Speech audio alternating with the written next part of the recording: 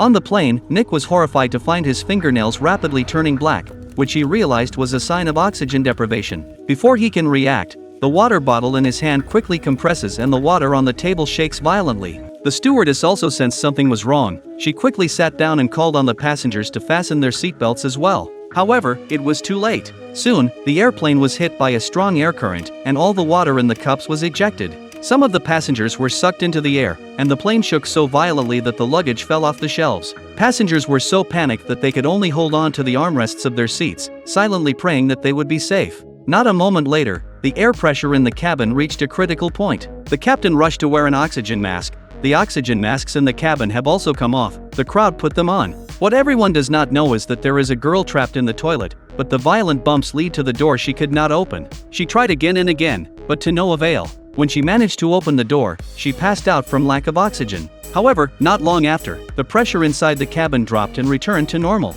The plane gradually smoothed out, and the crowd escaped without danger.